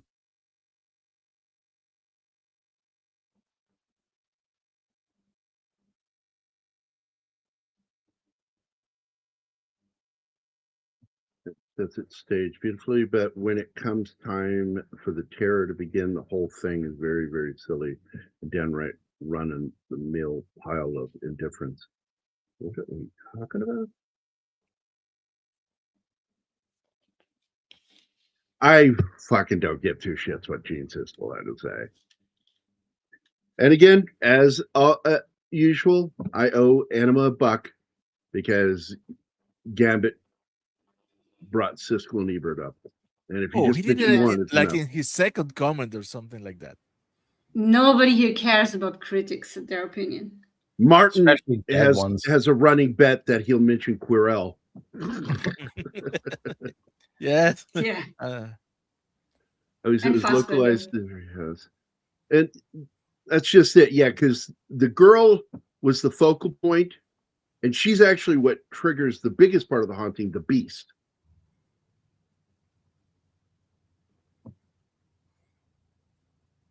Yes, Sandra, but she's not my girl. She's mine. Yeah, but that means they did pull away some of the bodies from the tombstones. So did they just get bored of yanking out the dead? No, my guess is they didn't take No, any they of them. didn't move No, anyone. No, they only No. moved the tombstones. it He was a never small wanted to spend cemetery. money on actually digging them up. That's too expensive. Just pretend you did. Yeah, Yeah, but that is kind of bullshit because to make the house you have to make the foundation, and to make the foundation you have to excavate, or you will have Hold on. Not American houses. They tend to have a crawl space, it's not a basement.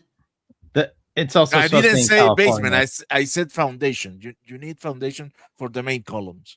You need to excavate. You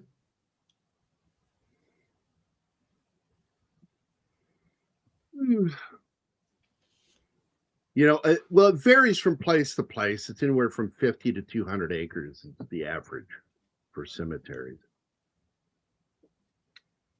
Yeah, so it was a small community before they redeveloped it. Yeah, there could just be literally a house-sized plot of land because there weren't that many people. Not really, Reed. They are crumbly.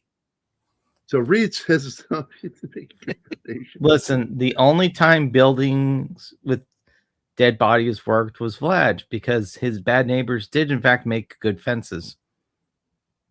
And again, here's the house as it looks today, and it's still thriving. It's a nice neighborhood.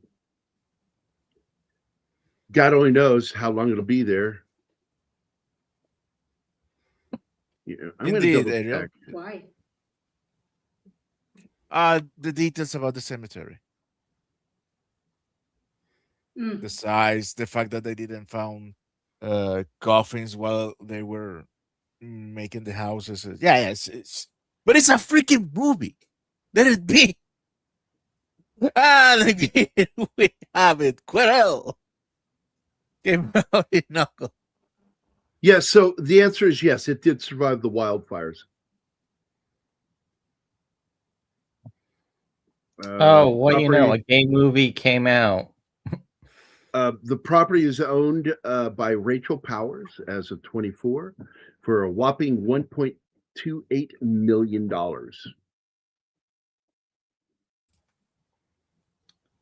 Do they still get visits a lot? Because I know, like, the Breaking Bad house, for example, gets like the people in there like regret ever giving the okay, especially because people love recreating that pizza scene. Bush, Anima is so tiny that she doesn't crawl in crawl spaces. She can walk on in them. Oh, fuck off. I'm too claustrophobic for that shit. And spiders live there, so fuck no. I wouldn't Joe go Beth near a Williams- crawl space. It's not claustrophobic when you go in there, Anima. So JoBeth Williams was absolutely shocked, mortified, horrified, and utterly creeped out, quote unquote, after learning that the skeletons in the Poltergeist pool scene were actual human skeletons. A fact that she discovered only after the filming had wrapped. She revealed in interviews later that she spent 4 or 5 days submerged in mud and goop with those bones, genuinely believing they were plastic or rubber props made by special effects people. The thing Poor is, woman. they were just clean skeleton or that tissue They were that we clean. see. They were Yeah, they'll have been submerged in cleaning stuff where there's nothing. Ah, Yeah, still, I wouldn't want to do that. Or find out after already having done it. No, thank There's you. a photo of me holding a skull that Jason Pankokey took doing the Hamlet pose, but where I've got a goofy expression on my face. So Alpha says what we call crawl spaces, Anima calls hallways. Yeah, I'm Gary's pocket wife. She's my pocket wife.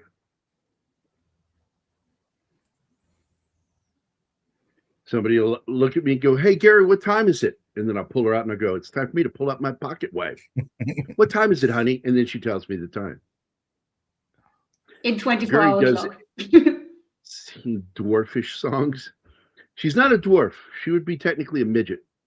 And that she is setting up a quest to find the organs.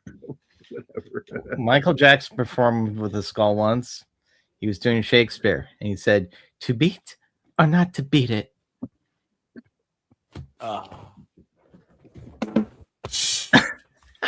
No. E. Clay Thompson says, "I always have a goofy expression on my face." No, she's halfling, or you can refer to her as a midget. Big difference that I was taught as a child in school, that the difference between a dwarf and a midget is proportionism. That midgets are little tiny people. Their arms are the right length for their size. Their legs are the right length for their size. Their head is somewhat proportional to the size of their body. They're just really tiny people. And then you have dwarfs or dwarfism, which is different. Hi ho, it's home from work we go. From Snow White. God, and I the hate Seven that fucking Dwarfs. song. That's so annoying. Yeah, we changed it when I was a kid, and I taught Zoe that, and she still loves it to this day. She'll bring it up. Hi ho, it's off to school we go, where teachers look like Frankenstein and mothers smell of turpentine. Hi ho, hi ho, hi ho, hi ho, hi ho. It's off to school we go. Because we used to sing that when I was a kid. All the women in my family are around 5'2", so Anima's height. There it is, Martin. Almost. Oh, he already did one before this.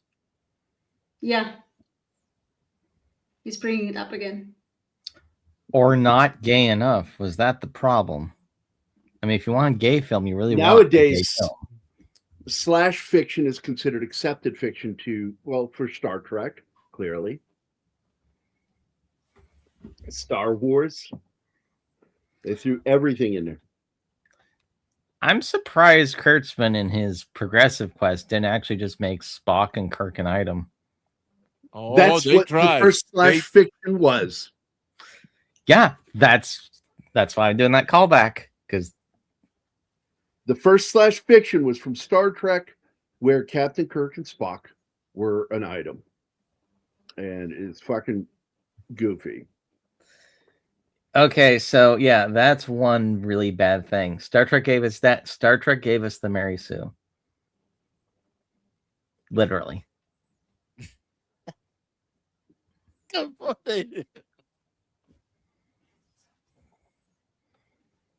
Yeah, I'm done. I'm done. I'm done. Yeah, I've got to go to the grocery store, so I have to get going here. that was so painful. I forgot to laugh or comment.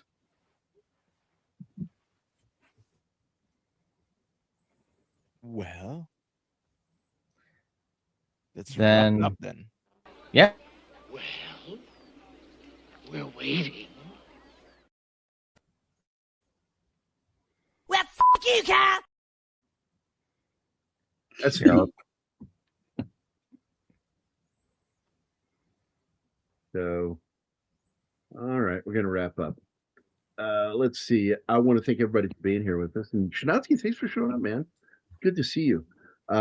Gambit was here, Snorty, Slasher Fred, Davy Dread, 11 Alpha, Read by Nature, Sander Hammerschlag, Ariel Billette, Genghis Khan, Penny, E. Clay Thomason, Boosh McFadden, Cam, James Jameson, Lord Thoth, all hail Lord Thoth, Lindsay the Cynical Geek, and of course, Zax and Six popped in. It was good to see all you guys.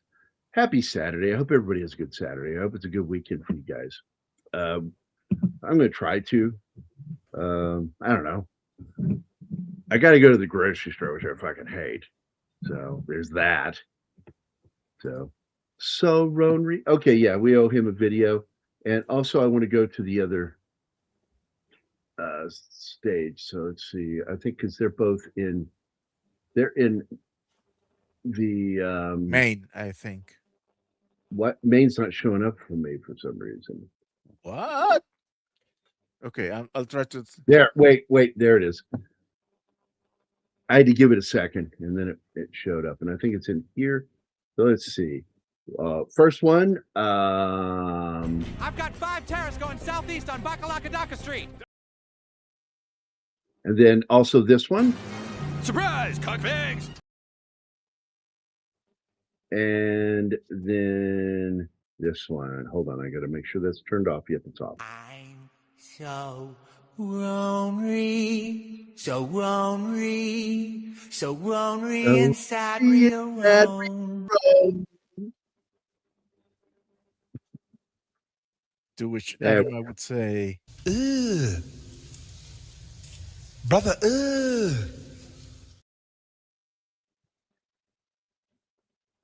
and of course,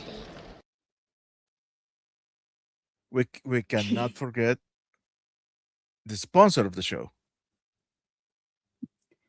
Oh, fuck you. You had to ruin my weekend.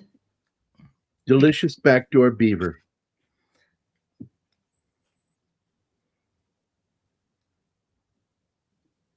So, bye, everybody.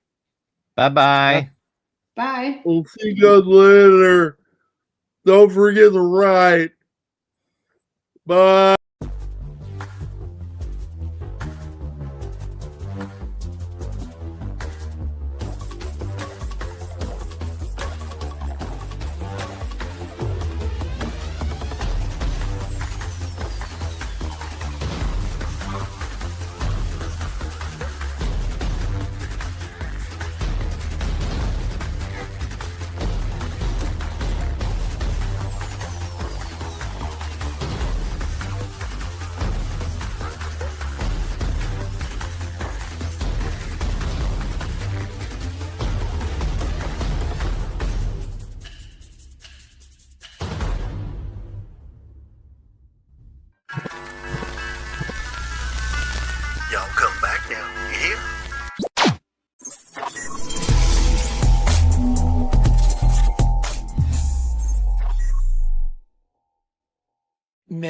Damon.